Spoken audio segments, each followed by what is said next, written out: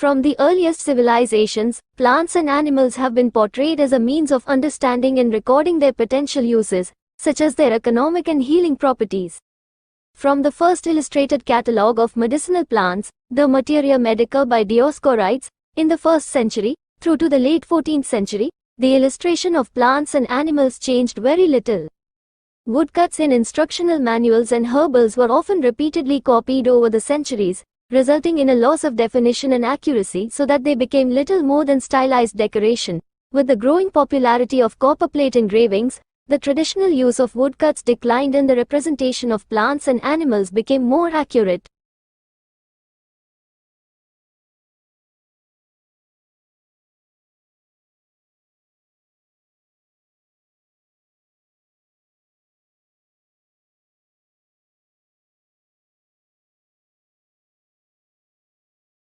The supply of a thing, in the phrase, supply and demand, is the amount that will be offered for sale at each of a series of prices. The demand is the amount that will be bought at each of a series of prices. The principle that value depends on supply and demand means that in the case of nearly every commodity, more will be bought if the price is lowered, less will be bought if the price is raised. Therefore sellers, if they wish to induce buyers to take more of a commodity than they are already doing, must reduce its price. If they raise its price, they will sell less. If there is a general falling off in demand, due, say, to trade depression, sellers will either have to reduce prices or put less on the market. They will not be able to sell the same amount at the same price. Similarly with supply. At a certain price a certain amount will be offered for sale, at a higher price more will be offered, at a lower price less. If consumers want more, they must offer a higher price. If they want less, they will probably be able to force prices down. That is the first result of a change in demand or supply.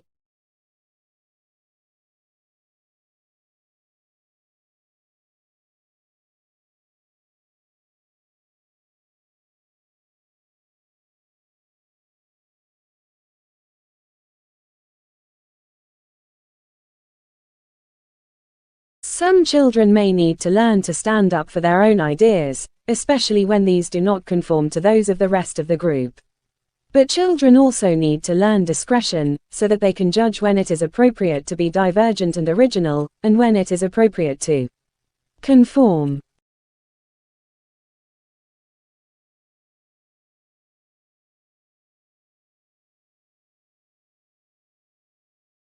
The creative process is fun, it should not be taken too seriously.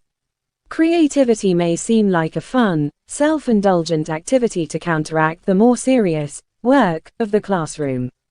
But the creative process presents many challenges. It requires concentration, persistence and determination to succeed. It may in fact be a frustrating and difficult process. Creativity deserves to be taken seriously.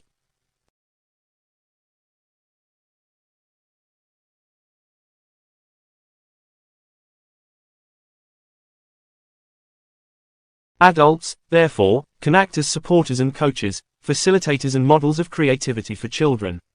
But on the other hand, adults also have the potential to stifle opportunities for creativity by being overly didactic or prescriptive. They can limit creativity by discouraging fantasy or by having low expectations about what young children are able to achieve.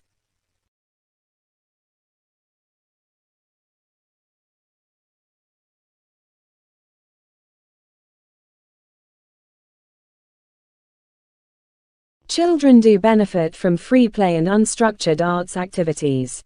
But left entirely to their own devices, children's play and artwork can become routine and repetitive.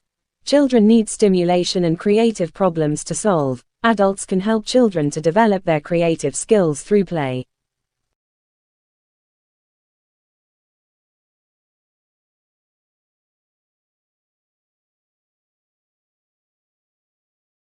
The Arts Council of England asked the NFER to summarize recent research and theory on creativity in early childhood. The work entailed a selective review of research and theory published between 1988 and 2000 and resulted in a briefing paper on the subject. This article sets out to update the earlier paper and to identify some of the principles involved in helping young children to develop their creativity in early years settings.